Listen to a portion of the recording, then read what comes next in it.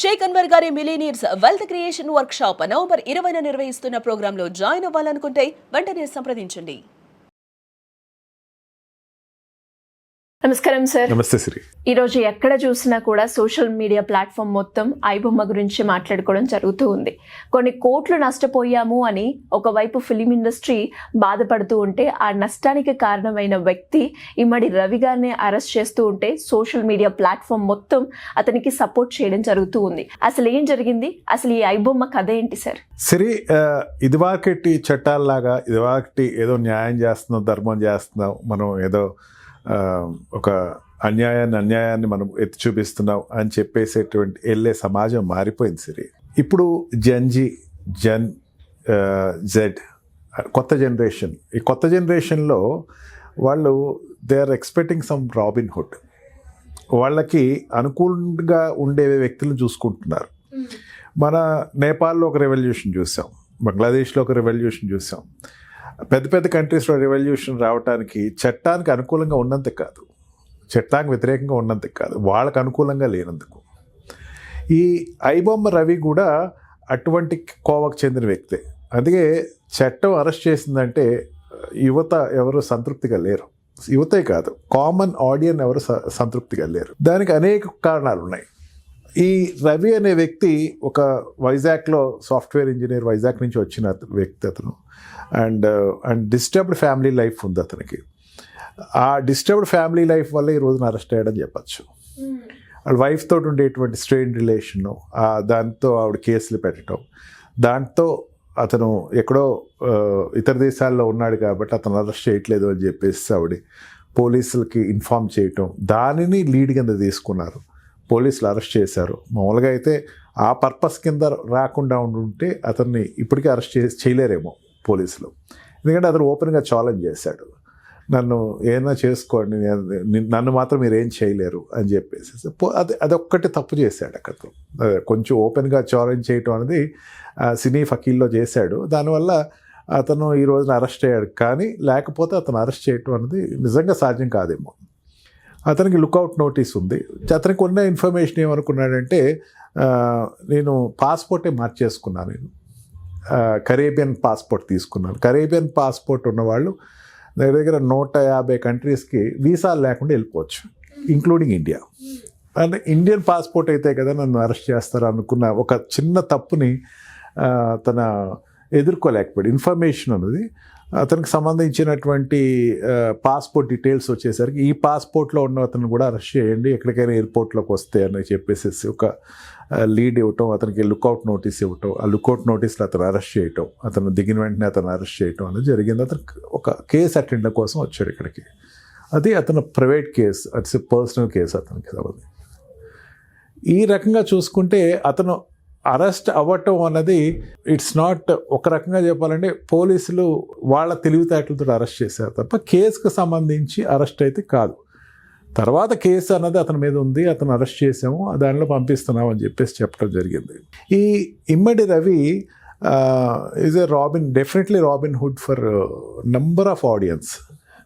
ఐబొమ్మ, లేకపోతే బప్పం అండ్ రాధా ఏదో channel, about 70 screens అతను కమాండ్ చేసుకుని అతను వెలుగులోకి రావటం, అది ఒక ఇన్ఫర్మేషన్ అన్నది గ్యాదర్ చేయటం.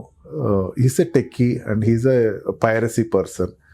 అతను సినిమాలు ఇప్పుడే రిలీజ్ అయిన సినిమా ఏదైనా ఉన్నా సరే షూటింగ్ అయ్యి డబ్బింగ్ అవ్వకుండా కూడా అతను దాన్ని సంగ్రహించగలడు, దాన్ని ఉచితంగా జనాలకు ఇవ్వగలడు. ఇదంతా ఎలా జరుగుతుంది సార్? ఎలా జరుగుతుందంటే అమ్మా, సాఫ్ట్వేర్లో అతను is a piracy person. Piracy అంటే ఇప్పుడు థియేటర్స్ అన్నీ కూడా ఇదివరకట్లాగా రీల్స్ వెళ్ళి థియేటర్లో వెనకాల రీల్స్ ఫిక్స్ చేసుకుని రీల్ రన్నింగ్ షో కావమ్మా. ఇప్పుడు అంతా కూడా కంప్యూటర్ వ్యవస్థలోనే ఇది నడుస్తున్నాయి. అన్నిటి కూడా IP అడ్రసెస్, అన్నిటికీ కూడా కోడింగ్ ఉంది. సంబంధించినటువంటి మూవీ ఏదైతే ఉందో దాని ఏదో కోడింగ్ పంపిస్తారు. ఈ థియేటర్లో ఏదైతే మల్టీప్లెక్స్లో కానీ ఏ థియేటర్స్లో అయినా సాఫ్ట్వేర్ సంబంధించినటువంటి థియేటర్సే అడిగి వెళ్ళిన తర్వాత కోడింగ్ ఓపెన్ చేస్తారు. కోడింగ్ ఓపెన్ తర్వాత మూవీ రన్ అవుతూ ఉంటుంది. ఎక్కడ reel uploading, reel downloading till 2005 వరకు 2006 వరకు రీల్స్ అన్నవి వెళ్తూ ఉండే ఎక్కడికైనా ప్రింట్ రీప్రింట్ అన్నీ ప్రసాద్ ల్యాబ్లోనే మన పక్కన ప్రసాద్ ల్యాబ్లోనే ప్రింట్ అవుతూ ఉండేవి. అవన్నీ కూడా రీల్స్ కట్టుకొని రిలీజ్ డే రోజున ఫ్రైడేస్ రోజున బాంబే నుంచి రావాలన్నా మెడ్రాస్ నుంచి రావాలన్నా సరే బై ట్రక్కులు వచ్చి అవన్నీ కూడా వాళ్ళు తీసుకెళ్ళి అక్కడ పెట్టడం జరుగుతుంది. థియేటర్స్కి ఇవ్వటం జరుగుతుంది. మారుమూల గ్రామం ఎక్కడైనా ఒక ఆదిలాబాద్ లాంటి ఒక విలేజ్లో ఎక్కడో థియేటర్లో ఇవ్వాలి, వాళ్ళ థియేటర్లో అది తీసుకున్నారు, డిస్ట్రిబ్యూటర్ తీసుకున్నారంటే అక్కడికి ఇచ్చి ఆ రీల్స్ వెళ్తూ ఉండేవి. ఒకే రోజు 4-5 చోట ఆ రీల్స్ తిరుగుతూ ఈ రోజులు అయిపోయాయి అమ్మ. ఇప్పుడంతా కూడా సాఫ్ట్వేర్ టెక్నాలజీ తోటి ఆపరేట్ చేస్తూ వాళ్ళు మూవీస్ రన్ చేయటం జరుగుతుంది. క్లారిటీ ఉంటుంది, సౌండ్ కూడా ఎఫెక్టివ్గా ఉంటుంది అన్నది, డిజిటల్ సౌండ్స్ అన్నీ కూడా ఈజీగా మనకి రీచ్ అవుతున్నాయి జనాలకి. కలర్ కాంబినేషన్స్ కూడా కావాల్సిన విధంగా బయటికి ఎంబోజ్ అవుతున్నాయి. దీనిని ప్లాట్ఫామ్ కింద తీసుకున్నాడు. తన ప్లాట్ఫామ్ కింద తీసుకునేటప్పుడు జనాల యొక్క ఇబ్బందులు తీసుకున్నాడు. అందుకని జనాల్లోకి వెళ్ళిపోగలిగాడు. జనాల ఇబ్బందులు చాలా ఉన్నాయమ్మా. జనాల ఇబ్బందులు ఏంటంటే ఒక థియేటర్కి వెళ్ళి ఏ థియేటర్కి వెళ్ళాలన్నా సరే ఆ థియేటర్కి వెళ్ళాలంటే కొన్ని వేలతో కూడిన కొన్ని ఖర్చు. రిలీజ్ మూవీ రోజున వెళ్ళి లేకపోతే ఫస్ట్ 1 వీక్ ఫస్ట్ 10 days వెళ్ళి మూవీ చూడాలంటే కొన్ని వేలతో ఖర్చు పెట్టుకుంది. అక్కడికి వెళ్ళిన తర్వాత ప్రతిదీ కాస్టే, టికెట్ ఒకటే కాదు, ప్రతిదీ కాస్టే. Water bottle cost and food is cost. ఏది కావాలంటే అది కాస్ట్ పెట్టుకే కొనుక్కోవాలి. కాస్ట్ లేకుండా ఏ థియేటర్లోనూ రన్ అవ్వవు. వాళ్ళ ఫుడ్ క్యారీ చేయకూడదు. కర్ణాటకలో అయితే క్యారీ చేయొచ్చు అని రెగ్యులేషన్ ఉంది. మనకి ఈ తెలుగు రాష్ట్రాల్లో ఎక్కడ ఫుడ్ క్యారీ చేయకూడదు. అంటే థియేటర్ వాడు కమాండ్ చేస్తాడు, ప్రొడ్యూసర్ కమాండ్ చేస్తాడు, డిస్ట్రిబ్యూటర్ కమాండ్ చేస్తాడు. దీనికి వెక్స్ అయిపోయి ఉన్నారు జనాలందరూ కూడా. అంటే సాధారణమైన వ్యక్తి, పేద వ్యక్తి, లేకపోతే జనరల్గా చూడాలి అంటే మినిమం ఒక ఫ్యామిలీతో వెళ్తే ఈజీగా 2,000-3,000 వరకు, 3,000 ప్లస్సే ఉంటుంది సిరి. అండ్ అది ట్రాన్స్పోర్ట్కి అయ్యే ఖర్చు కావచ్చు, లేకపోతే థియేటర్కి వెళ్ళిన తర్వాత ఆకలితో ఉండలేరు. 2 hours 2.5 hours ఆకలితో ఉండలేరు. అండ్ ఒక రకమైనటువంటి నిస్పృహలో జనాలు ఉన్నారు అని చెప్పచ్చు. పోనీ ఇంకా చాలామంది ఇక 2000 కరోనా టైం దగ్గర నుంచి ఏమైందంటే ఇంక థియేటర్కి వెళ్ళటం మానేశారు. చాలామంది మానేసేసి ఇంకా ఓటీటీలో రిలీజ్ అవుతుంది కదా అని వెయిట్ చేశారు. అదొక పెద్ద ఛాలెంజ్. ఓటీటీ అనేసరికి పెద్ద మూవీస్ అనేసరికి నెట్ఫ్లిక్స్లో రావాలా, లేకపోతే ప్రైమ్లో రావాలా, లేకపోతే ఇవన్నీ కూడా కాస్ట్లీ. అంటే ఒక వ్యక్తి ఏదైనా మూవీ చూడాలంటే 5-6 ప్లాట్ఫామ్స్ ఉన్నాయి. 5-6 ప్లాట్ఫామ్స్కి వాడు సబ్స్క్రైబ్ చేయాలి. అంటే నెలకు వచ్చేసరికి వాడు ఏం చేసినా సరే, ఇదివరకు కేబుల్ నెట్వర్క్ అంటేసరికి 100s అయిపోయింది. ఖచ్చితంగా 2-3 వేలు కట్టాల్సిన పరిస్థితి ఉంది. 2-3 వేలతో మెయింటైన్ చేసుకునేటువంటి చూస్తేనే మూవీస్ దొరుకుతాయి, లేకపోతే దొరకవు. ఆ సిచ్యుయేషన్ వచ్చేసింది. 5 days వెయిట్ చేయాలి, లేకపోతే హిట్ అయ్యింది అనేసరికి ఎంతూజియం ఉంటుంది, నేను వెళ్ళాలి మూవీకి అని. బట్ ఖచ్చితంగా 45 days వెయిట్ చేయాలి. కొన్ని మూవీస్ అయితే 60 days వెయిట్ చేయాలి. ఈ సిచ్యుయేషన్ని ఎన్కాష్ చేసుకున్నాడని చెప్పచ్చు. సిచ్యుయేషన్ ఎన్కాష్ చేసుకుని తన ఫ్రీ పోర్టల్స్లో తన ఇది ఇవాళ వచ్చిందే కదా, ఐబొమ్మ అనేది ఇవాళ వచ్చింది కదా. ఇదివరకు చాలా ఉన్నాయి. కాకపోతే ఇదివరకు ఏంటంటే థియేటర్స్లో క్యాప్చర్ చేసిన మూవీ అప్లోడ్ చేసేవారు లేదా డౌన్లోడ్ చేసేవారు. ఇప్పుడు థియేటర్ క్యాప్చర్ అనేది అసలు కానే కాదు. ఇప్పుడు ఆ కోడ్ ఏదేదో ఉందో కోడ్ సంగ్రహించడం మొదలుపెట్టాడు ఇతను.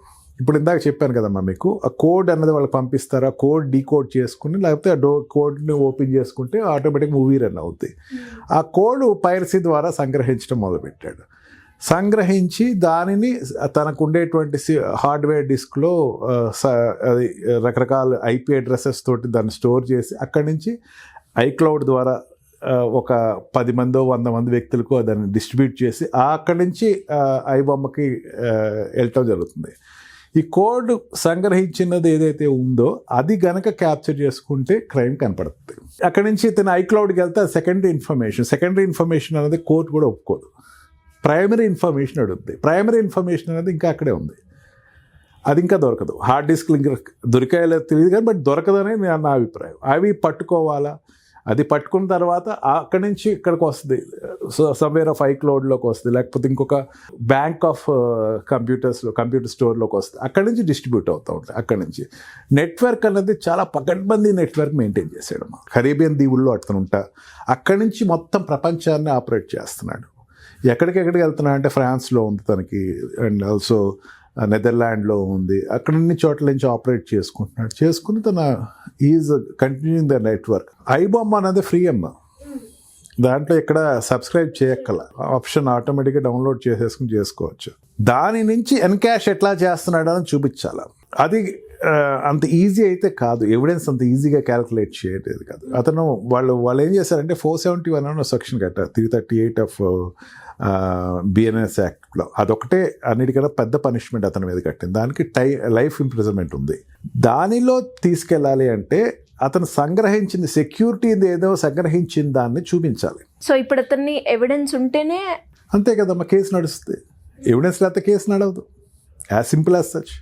ఎవిడెన్స్ క్యాల్కులేషన్ దొరికిందా లేదా అని అతని దగ్గర ఏదో కొన్ని హార్డ్ డిస్క్లు తీసుకున్నా అన్నారు, బట్ ఆ హార్డ్ డిస్క్ ఎంతవరకు పోలీస్ సపోర్ట్ చేస్తాయి అన్నది చూడాలి. ఎవిడెన్స్ చేస్తే ఏమన్నా కోర్టుకి ఏమైనా సబ్మిట్ చేయాలి. అంటే ఫ్రైడేనే అతను అరెస్ట్ చేశారు కాబట్టి అంత ఈజీ దట్ అది కోర్టుకి సబ్మిట్ చేస్తే చూడాలి. కరేబియన్ ఐలాండ్స్లో అతను పెట్టినటువంటి ఇన్ఫర్మేషను మదర్ ఇన్ఫర్మేషన్ అవుతుంది. దాన్ని పట్టుకుంటే కానీ ఇవన్నీ లీడ్స్ బయటకు రావు. ఇది అక్కడితో ఆగట్లేదు. దీనిని సప్లై చేయడానికి ఎవరింకా సినిమా వ్యవస్థ నుంచి ఉన్నవాళ్ళు ఎవరైనా ఇచ్చారా ఇన్ఫర్మేషను? ఇతనికి కోడింగ్లో ఇచ్చేటప్పుడు వీళ్ళు ఎవరైనా అసలు నిర్మాతలు కానీ ఎవరైనా హెల్ప్ చేశారా, సినీ వ్యక్తులు హెల్ప్ చేశారని కూడా వెరిఫై చేయాలమ్మా.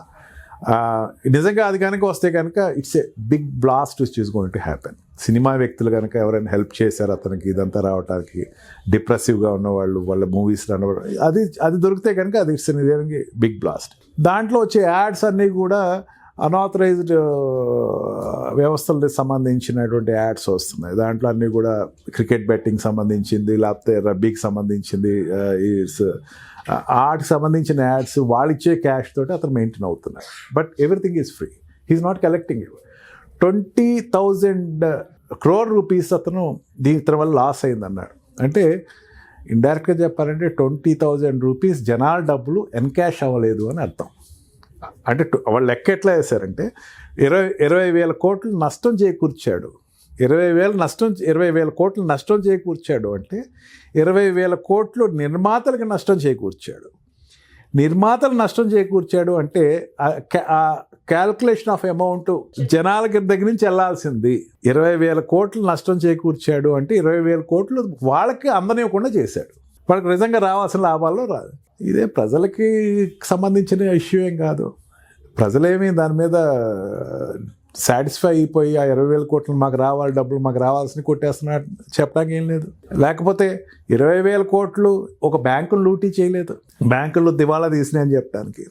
ప్రొడ్యూసర్కి రావాల్సినటువంటి డబ్బులు ప్రొడ్యూసర్ ఇన్వెస్ట్ చేసిన దాంట్లో అంటే 20,000 కోట్లు హిట్ అయితే పోయినాయా లేకపోతే ఫ్లాప్ అయితే పోయినాయా? అంటే 20,000 కోట్లు జనాల్ని వెళ్ళాల్సింది వెళ్ళలేదు. అంటే 20,000 కోట్లు జనాల నుంచి వెళ్ళాల్సి అంటే ఎంత అమౌంట్ కంప్లైనెంట్స్ ఎక్స్పెక్ట్ చేస్తున్నారు ఆలోచించండి. అంటే ఇది జనాలు పెద్దంత నచ్చలేదమ్మా. అది 20,000 కోట్లు మా దగ్గర నుంచి వెళ్ళాల్సిన డబ్బులు వాళ్ళు ఈరోజు పోరాడుతున్నారు అంటే ఇట్స్ సాడ్ థింగ్. ఇక్కడి నుంచి ఆపేసేయండి, ఇక్కడి నుంచి జరగకుండా ఆపేయండి అనేది వెరీ గుడ్, బాగానే ఉంటుంది. ఇక్కడి నుంచి మాకు చాలా రావాల్సిన డబ్బులు పోయినాయి, మాకు నిజంగా ఎంత రావాలి 20,000 కోట్లు మాకు వ్యాపారం లాస్ అయింది, అది తప్పు. నా దృష్టిలో అదైతే నాకు I personally feel that is wrong. ఇక ముందు నుంచి రానివ్వకుండా చూడండి. ఇక ముందు నుంచి మాకు నష్టం జరుగుతుంది. మేము సినీ వ్యవస్థ నిజంగా వాళ్ళు చెప్పిన సినీ పెద్దలందరూ చెప్పింది ఒకటైతే కరెక్ట్. చాలా మంది దీంట్లో డిపెండ్ అయి ఉన్నారు, వాళ్ళందరూ రోడ్డు మీదకి వచ్చేసారు అని చెప్పారు. It's maybe correct. ఇక్కడ నుంచి అది జరగకుండా చూస్తే బాగుంటుంది. కానీ ఐబొమ్మ లాంటిది ఒకటి ఆపుతాం ఒకటే కాదు కదమ్మా. చాలా పైరసీలు బయటకు వస్తున్నాయి, ఇంకో ఫార్మేట్లో వస్తూ ఉంటాయి. జనాలకి అందుబాటులో ఏదైనా ఒకటి దొరుకుతూ ఉంటే ఇదంతా పెద్ద పట్టించుకోరు. దొరకపోతే నిజంగా ఒక రెవల్యూషన్ అంతా వస్తుంది. Anyways great information. Thank you very much. Suman టీవీలో మీ పర్సనల్ అండ్ బిజినెస్ ప్రమోషన్స్ కోసం కింది నెంబర్కి కాంటాక్ట్ చేయండి.